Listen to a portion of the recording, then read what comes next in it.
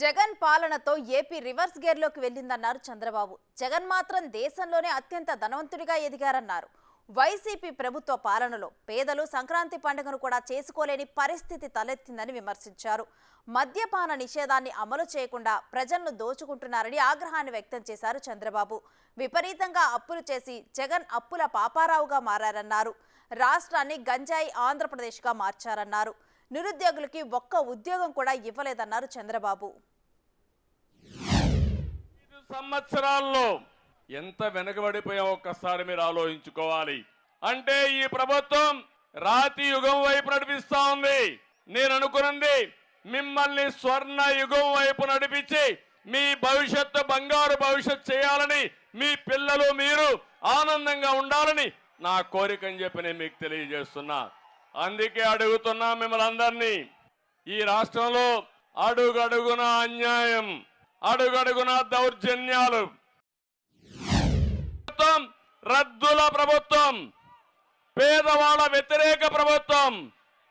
ఒక మాటలో చెప్పాలంటే ఈ ముఖ్యమంత్రి పేదవాళ్ళ నడ్డి విరగ్గొట్టే పరిస్థితికి వచ్చాడు. అందుకే నేను ఒకటే అడుగుతున్నా మిమ్మల్ని అందరినీ, ఇంకో పక్క బాధుడే బాధుడు, అవునా కాదా? ఆర్టీసీ రేట్లు పెంచారా లేదా? పెంచుతూనే ఉన్నారా లేదా?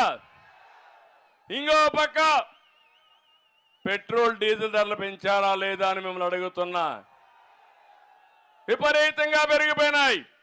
ఇంకో పక్క మీరు చూస్తే కరెంటు ఛార్జీలు, ఏం తమ్ముళ్ళు కరెంటు ఛార్జీలు నేను ఉన్నప్పుడు పెరిగాయా?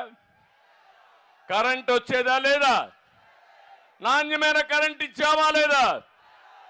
ధరలు పెంచకుండా సమర్థవంతంగా రన్ చేశామా లేదా? ఈరోజు కరెంటు రాదు, కానీ రేట్లు మాత్రం పెరుగుతూనే ఉన్నాయి. ఆ పేర్లు నాకే అర్థం కాల. సర్ఛార్జ్ అంట, ఫ్యూయల్ ఛార్జ్ అంట, లేకపోతే ఎక్కడో కొన్నారని దాని మీద రేట్ అంట. 9 సార్లు కరెంటు ఛార్జీలు పెంచిన చెత్త ప్రభుత్వం ఈ ప్రభుత్వం, అవునా కాదా అని మిమ్మల్ని అడుగుతున్నా. అందుకే బాధుడే బాధుడు. మద్యపాన నిషేధం పెడతా అన్నాడా లేదా? నేను మద్యపాన నిషేధం చేయకపోతే మీ ఓటు అడగని చెప్పాడా లేదా? ఇప్పుడు ఆ మాట ఎత్తున్నాడా? ఓటు అడిగే హక్కుందా ఇతనికి? కూడా పన్నేశాడు. ఎక్కడ చూసినా విపరీతమైన అనర్థాలకు దారితీశాడు. ఈరోజు దేశంలోనే పెట్రోల్ డీజిల్లో అధికంగా ఉండే రాష్ట్రంలో నెంబర్ 1 మంది, అత్యధికంగా రైతుల అప్పుల్లో ఉండే రాష్ట్రం నెంబర్ 1 మంది. జగన్ ఒక అప్పుల అప్పారావు.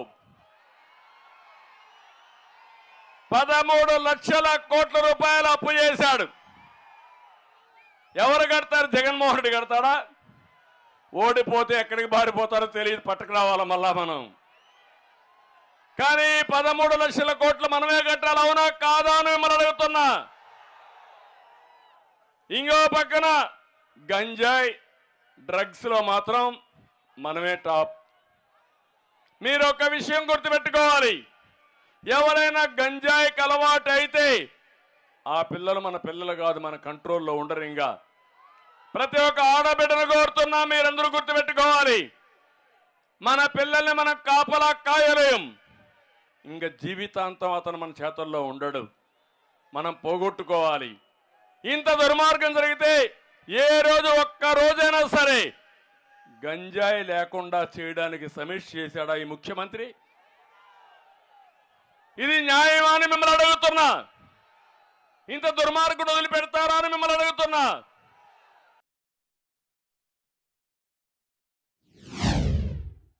ఏం చెప్పాడు?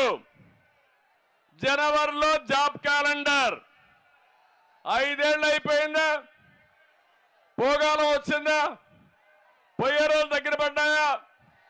5 ఏళ్ళు మీకు ఉద్యోగాలు ఇచ్చాడా అని మిమ్మల్ని అడుగుతున్నా. డిఎస్సి పెట్టాడా అని మిమ్మల్ని అడుగుతున్నా. డిఎస్సి పెట్టడు, ఉద్యోగాలు లేవు. కడాన మీరు చూస్తే ఎంత దుర్మార్గం అంటే ఉండే పరిశ్రమలు కూడా పారిపోయినాయి. వాళ్లకు వాటాలు అడిగాడు, ఎక్కడికక్కడ వాటాలు అడిగితే ఈ రాష్ట్రం కాకపోతే ఇంకొక రాష్ట్రం అని వాళ్ళు కూడా పారిపోయే పరిస్థితికి వచ్చారు. అంటే మొత్తం ఒకటే చెప్తున్న, జాబు రావాలంటే